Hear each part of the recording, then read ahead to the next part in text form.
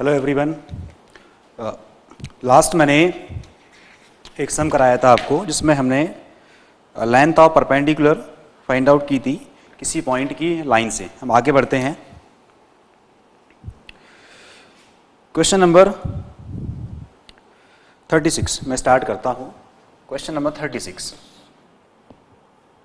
The equation of the plane through the point 1 2 -3। देखिए, अगर आपको याद हो, मैंने आपसे कहा था कि किसी भी प्लेन के पैरेलल अगर प्लेन निकालना हो तो अगर आप उस टॉपिक को रिवाइज करेंगे तो आप थोड़ा देखेंगे उसमें कि किसी प्लेन के पैरेलल जो प्लेन होता है, प्लेन और जो उसके पैरेलल होगा प्लेन, दोनों में डिफरेंस क्या होता है? कांस्टेंट टर्म्स का। मतलब अगर मैं लिखूं आपसे equation of plane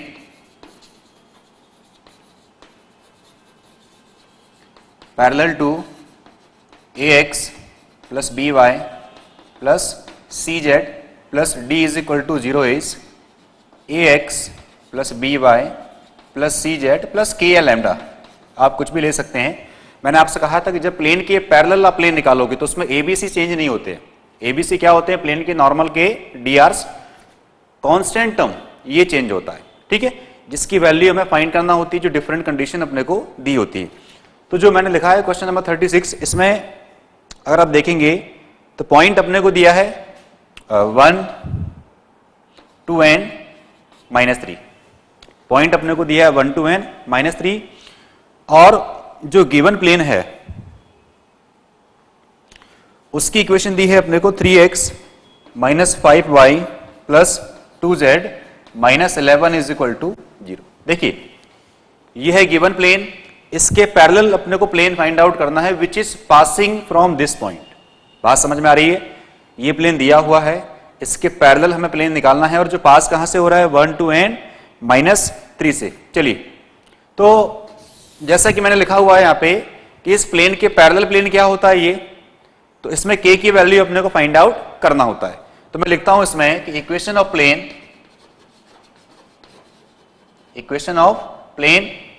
parallel to 3x - 5y plus 2z - 11 is equal to 0।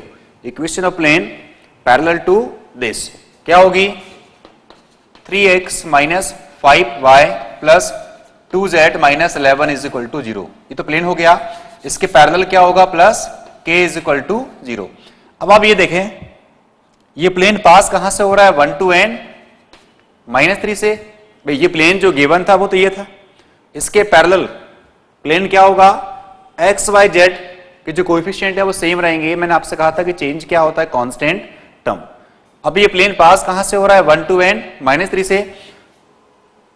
तो जहां पे आपको x y z दिख रहा है उसमें आप क्या रख देंगे? 1 2 n -3, उससे हमें k मिल जाएगा। तो रखता हूं मैं 3 × 1 minus 5 × 2 plus 2 × -3 plus k is equal to 0। इसको आप फर्स्ट इक्वेशन मान सकते हैं। तो ये हो जाएगा बेटा 3 माइनस का 10 माइनस का 6 प्लस k। तो ये बचेगा -16 प्लस 3, तो ये बचेगा माइनस का 13 plus k is equal to 0 और k इज इक्वल टू आ गया 13। ठीक है, k की वैल्यू आ रही 13। k कहां रख देंगे हम? फर्स्ट इक्वेशन में। मैं लिखता हूं फ्रॉम इक्वेशन फर्स्ट। तो रिक्वायर्ड प्लेन का हो जाएगा बेटा 3x - 5y plus 2z plus 13 is equal to 0। This is the equation of plane which is parallel to the given plane.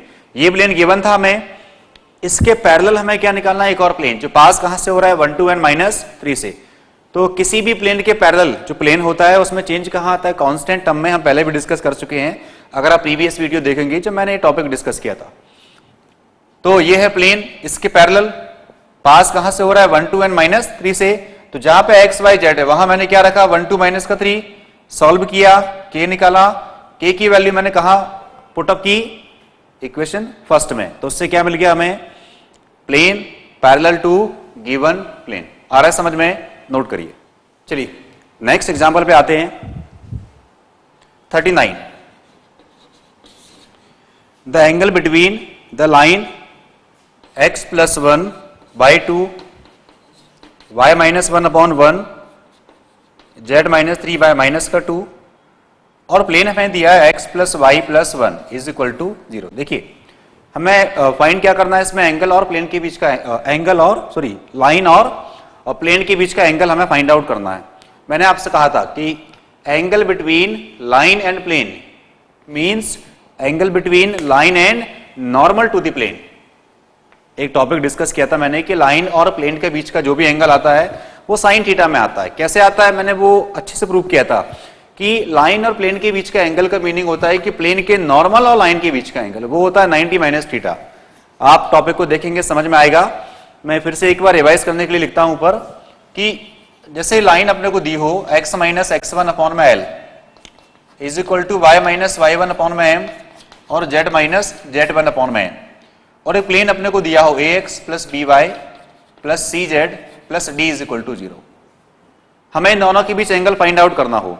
अगर आपको याद होगा फॉर्मूला मैंने प्रूव भी किया था, साइन थीटा होता है al plus bm plus cn divide में रूट में a square plus b square plus c square l square plus m square plus n square. मैंने पहले भी आपसे कहा था कि जब तक एलिमेंट के स्क्वायर का सम 1 ना हो जाए आप उनको डायरेक्शन कोसाइन नहीं कह सकते। अगर सम आ रहा है then they are direction cosine, otherwise they are direction ratio. ठीक है, तो ये लाइन की इक्वेशन दी है, एलिमेंट क्या है इसमें लाइन के डायरेक्शन रेशियो दिए हैं, और एबीसी क्या है इसमें प्लेन के नॉर्मल के डीआरस डायरेक्शन रेशियो। तो इनके बीच में एंगल निकालने का फॉर्मूला ये हम पढ़ चुके हैं। ठीक है, अब लाइन हमें दी है ये, तो एलिमेंट का मीनिंग क्या हो जाएगा इसमें 2 1 माइनस 2, ये दी है इक्वेशन ऑफ प्लेन, इसमें जेड का टर्म नहीं है। ठीक है, तो इसमें a कितना हो जाएगा 1, b कितना हो जाएगा 1, z का टर्म इसमें नहीं है तो c क्या हो जाएगा 0। तो इसके हिसाब से अगर मैं इस लाइन को और प्लेन को देखूं तो l का मीनिंग हुआ है 2, m इसमें है 1, n आ रहा है माइनस का 2, a कितना हो जाएगा 1, b है 1 और c है 0। अब अगर मैं साइन थीटा अप्लाई करूं, अगर मैं साइन थीटा अप्लाई करूं तो आप देख सकते हैं al plus bm plus cn, तो ये हो जाएगा 2 into 1 plus 1 into 1 plus minus 2 into 0, क्या आएगा रूट में a square plus b square plus c square, आएगा l स्क्वायर मतलब 4 प्लस 1 प्लस 4, तो ये हो गया al plus bm plus cn, तो ये तो हो गया 2 प्लस 1 माइनस 0, नीचे आएगा रूट 2, ये हो जाएगा 9, ऊपर आएगा 3, ये बचेगा रूट 2 और 9 का बाहर आएगा 3, तो क्या बचेगा 1 बाय रूट 2। आपको पता है कि साइन की टेबल में जो 1 बाय रूट 2 है वो किसकी वैल्यू होती है 45 की, तो साइन थीटा क्या आ गया 45, साइन 45, तो थीटा क्या आ जाएगा इसमें 45 डिग्री। फिर से आप देखिए लाइन और प्लेन के बीच में एंगल निकालने का फॉर्मूला ये हम पढ़ चुके हैं, where ABC are the direction ratio of normal to the plane and LMN are the direction ratio of line.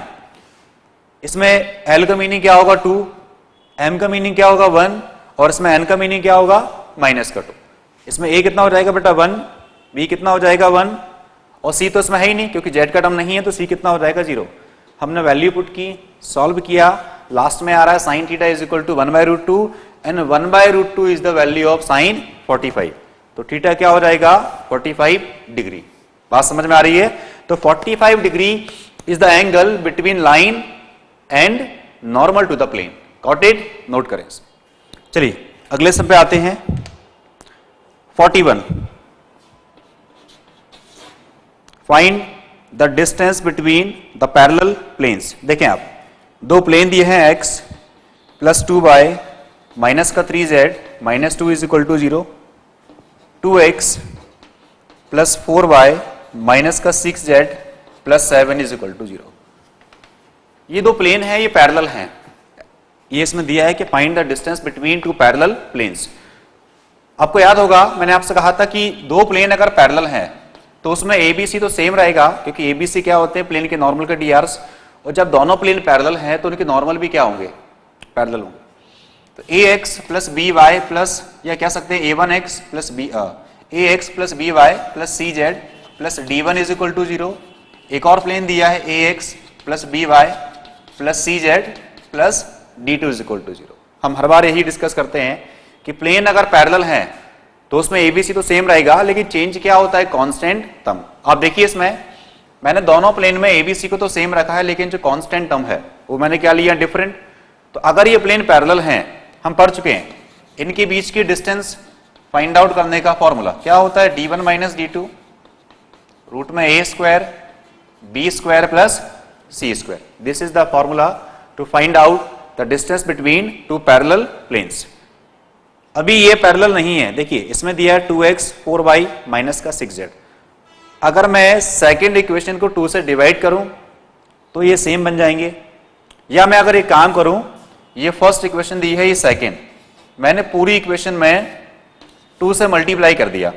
बात समझ में आ रही है? या तो इन सभी को 2 से डिवाइड कर दो तो क्या हो जाएगा x प्लस 2y माइनस का 3z, तो x y z क्या हो जाएंगे, सेम उनकी कोएफिशिएंट। अदरवाइज मैंने क्या किया, फर्स्ट इक्वेशन को 2 से मल्टीप्लाई कर दिया।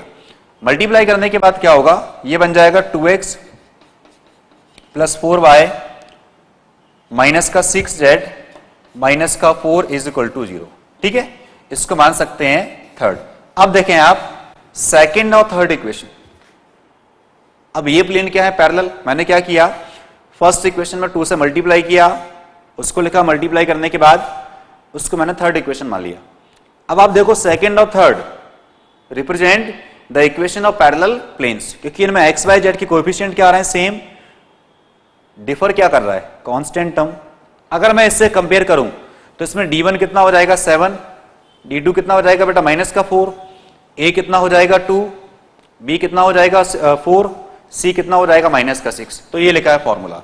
तो अगर मैं डिस्टेंस फाइंड आउट करूं, अगर मैं लिखूं कि distance is equal to d1 minus d2, मैं लिख दे रहा हूं इसमें इन दोनों के लिए कि a कितना आएगा 2, b कितना है 4, c कितना आ रहा है माइनस 6, d1 कितना है 7 और d2 कितना आ रहा है माइनस का 4।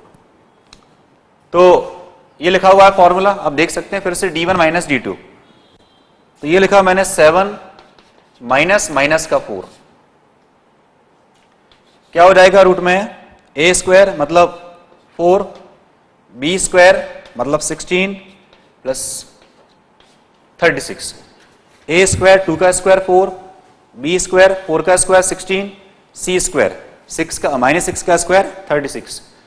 अगर आप देखेंगे तो ऊपर क्या आएगा बेटा 7 माइनस माइनस 4, ये हो जाएगा 7 प्लस 4, रूट में आ रहा है 20 plus 36 56।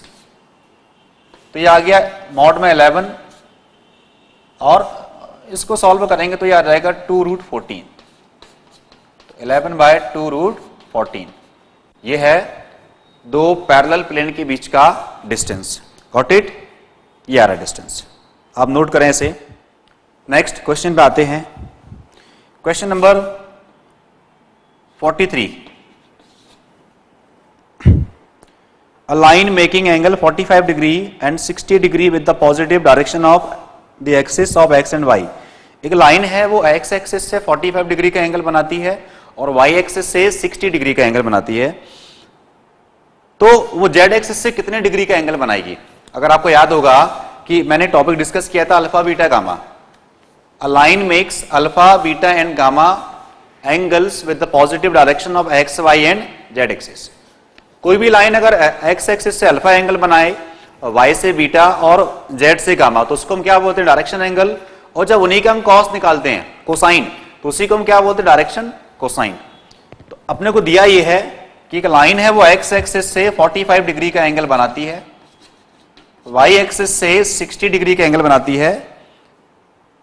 Then how much angle it will make with the positive direction of z axis. x axis से एंगल बनाया 45 डिग्री, y से दिया है 60, और z से कितना बनाएगी वो अपने को निकालना है, मतलब हमें फाइंड क्या करना है, गामा। अब याद करिए प्रीवियस टॉपिक मैंने एक प्रॉपर्टी प्रूव की थी डायरेक्शन कोसाइन की, जब मैंने डिस्कस किया था कि cos square alpha plus cos square beta plus cos square gamma क्या होता है 1। हम ये पढ़ चुके हैं, समझिए। Cos square alpha cos square beta plus cos square gamma क्या होता है 1, ये हम पढ़ चुके हैं। अब बेटा इसमें अल्फा कितना है 45, तो ये हो जाएगा कॉस स्क्वायर 45, ये हो जाएगा कॉस स्क्वायर 60, ये हो जाएगा कॉस स्क्वायर गामा। 45 क्या होता है 1/√2, उसका स्क्वायर क्या हो जाएगा 2, कॉस 60 कितना होता है 1/2, उसका स्क्वायर क्या हो जाएगा 1/4।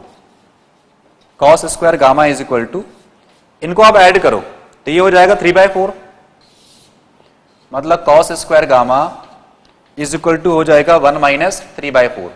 क्या बचेगा ये 1/4, ठीक है।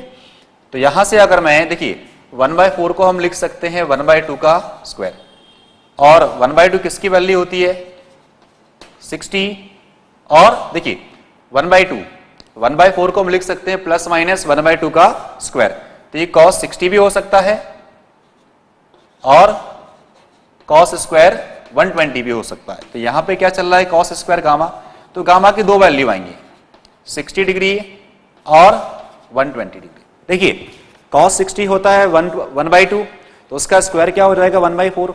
कॉस 120 होता है माइनस का 1/2, क्वाड्रेंट की प्रॉपर्टी के अकॉर्डिंग अगर आपको पता होगा तो कॉस 120 क्या होता है माइनस का हाफ, बट उसका स्क्वायर क्या हो जाएगा 1/4, तो 1/2 का स्क्वायर।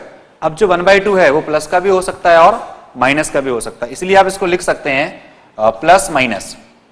प्लस का 1/2 होगा तो भी उसका स्क्वायर क्या आएगा 1/4, और अगर माइनस का 1/2 होगा तो भी उसका स्क्वायर क्या आएगा 1/4।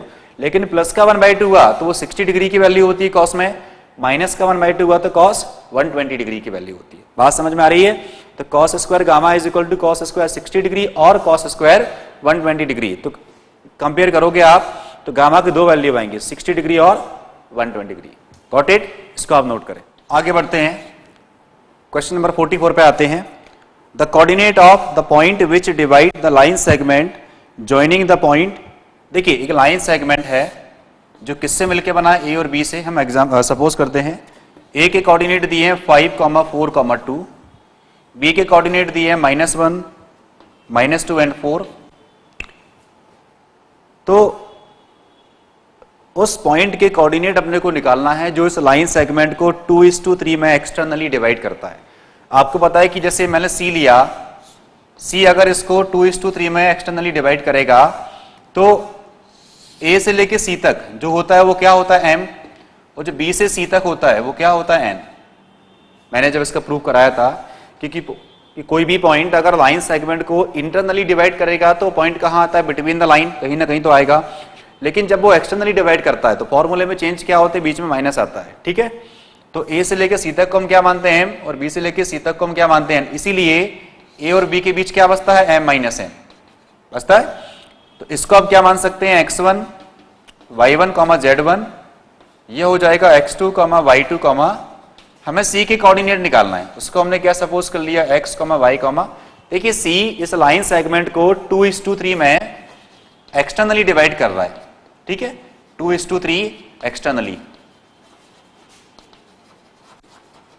अगर यहां माइनस का लिखा होता, जैसे मैं लिखूं m/n is equal to minus का 2/3, तो रेशियो तो क्या होगा 2/3, लेकिन माइनस किसको इंडिकेट करेगा कि पॉइंट जो है वो लाइन सेगमेंट को एक्सटर्नली डिवाइड कर रहा है। माइनस और प्लस अगर साइन नेगेटिव ना दिया हो तो ये अंडरस्टूड रहता है कि जो पॉइंट है वो इंटरनली डिवाइड करेगा। लेकिन जब बात हम करते हैं एक्सटर्नली की तो जो रेशियो दिया है वो नेगेटिव आता है। नेगेटिव साइन किसको इंडिकेट करता है, एक्सटर्नल डिवीजन। तो मैंने क्या लिखा m/n दिया है 2:3 एक्सटर्नली, ये रेशियो अपने को दिया है। अब देखें आप, हम पढ़ चुके हैं इस टॉपिक को। तो x का फॉर्मूला होता है mx2 - nx1 bye m - n। mx2, m कितना है इसमें 2, ठीक है, m है 2, n है 3, तो mx2 2 इंटू -1 माइनस का 2 माइनस nx1, n कितना है 3, 3 इंटू 5 ये आएगा 15, डिवाइड में m - n 2 माइनस का 3, तो ये हो जाएगा माइनस का 17, नीचे माइनस का 1 प्लस का 17। मैं अगर y निकालूं तो m y2 minus n y1 m - n। देखें आप m y2, m कितना है 2, y2 कितना है माइनस का 2, तो ये हो जाएगा माइनस का 4, फॉर्मूले का माइनस n y1, n कितना है 3 और ये कितना है y1 4, 3 4 जा 12, नीचे 2 माइनस का 3, तो ये आएगा माइनस का 16 बाय माइनस का 1, तो ये आ रहा है 16। क्लियर। हम z निकालते हैं, m z2 minus n z1 divide में m माइनस n, m कितना है 2, z2 कितना है इसमें 4, 2 4 जा 8, n z1, n कितना है इसमें 3 और z1 2, 3 2 जा 6, नीचे 2 माइनस 3, तो ये बचेगा 2 बाय माइनस का 1, तो ये आ रहा माइनस का 2। तो कोऑर्डिनेट क्या आ गया सी के 17 16 एंड माइनस 2। बात समझ में आ रही है। एक लाइन सेगमेंट जिसको हमने ए और बी मान लिया, उसके कोऑर्डिनेट अपने को दिए हैं। एक पॉइंट है जो इस लाइन सेगमेंट को 2:3 में एक्सटर्नली डिवाइड करता है, वो रेशियो कितना दिया है 2:3। और आपको पता है कि कोई भी पॉइंट अगर लाइन सेगमेंट को जब इंटरनली डिवाइड करता है तो फॉर्मूले में माइनस आता है, लेकिन जब एक्सटर्नल डिवीजन की बात करते हैं बीच में क्या आता है माइनस, और कैसे आता है इसको प्रूव कर चुके हैं। ठीक है, तो आपको दिमाग में रखना है कि अगर डिवीजन इंटरनल है तो न्यूमरेटर और डिनोमिनेटर सारे फॉर्मूले में है, एक्स वाई जेड में ऊपर नीचे क्या आता है प्लस, लेकिन जब बात करते हैं हम एक्सटर्नल डिवीजन की तो फॉर्मूले में क्या आता है माइनस। सीधी वैल्यू पुट करना है और आंसर आपको मिल जाएगा। तो 17 16 minus 2 is the coordinate of the point which divide the line segment AB externally in the ratio 2:3। Note करें इसे आप। अब आते हैं क्वेश्चन नंबर 46। देखें आप,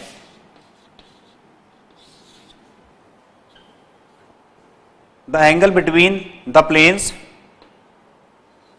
2x minus y plus z minus 6 is equal to 0, x plus y plus 2z minus 7 is equal to 0। दो plane given है, हमें इन दोनों के बीच में एंगल फाइंड आउट करना है। मैंने आपसे कहा था कि angle between two planes means angle between their normal. Formula भी डिस्कस किया था कि अगर a1x plus b1y plus c1z plus d1 is equal to 0 and a2x plus b2y plus c2z plus d2 is equal to 0, ये दो plane दिए हैं हमको, where a1 b1 c1 and a2 b2 c2 are the direction ratio of their normals। तो इनके बीच में अगर theta angle है तो फॉर्मूला क्या बनता है, if cos theta is the angle between the normal of two planes, तो उनके बीच में एंगल निकालने का फॉर्मूला हम पढ़ चुके हैं cos थीटा। क्या था बेटा, a1 a2 plus b1 b2 plus c1 c2 और डिवाइड में क्या आएगा a1 square plus b1 square plus c1 square a2 square b2 square और c2 स्क्वायर। तो a1 b1 c1 जो है वो फर्स्ट वाले के डीआरस हैं प्लेन के, और a2 b2 c2 second plane के डीआरस। अगर मैं इनको इक्वेट करूं तो बेटा इसमें a1 कितना हो जाएगा 2, b1 कितना आएगा माइनस का 1 और c1 कितना आएगा 1, a2 कितना आएगा 1, b2 कितना आएगा 1 और c2 कितना आएगा 2। तो अगर मैं cos थीटा अप्लाई करूं a1 a2 मतलब 2 into 1 plus b1 b2 plus c1 c2 1 into 2, a1 square मतलब 4 प्लस 1 प्लस 1, ये भी कितना हो जाएगा 1 प्लस 1 प्लस 4। तो ऊपर आएगा 2 माइनस का 1 प्लस 2, नीचे आएगा √6, ऊपर बचेगा 3, नीचे आएगा 6, ये बचेगा 1/2। और आपको पता है कि 1/2 cos की टेबल में किसकी वैल्यू होती है, cos 60 डिग्री की। तो यहां से थीटा कितना मिल जाएगा 60 डिग्री। तो 60 degree is the required angle between two planes, या कह सकते हैं कि दो जो प्लेन अपने को दिए हैं उनके नॉर्मल के बीच में एंगल क्या बनेगा 60 डिग्री।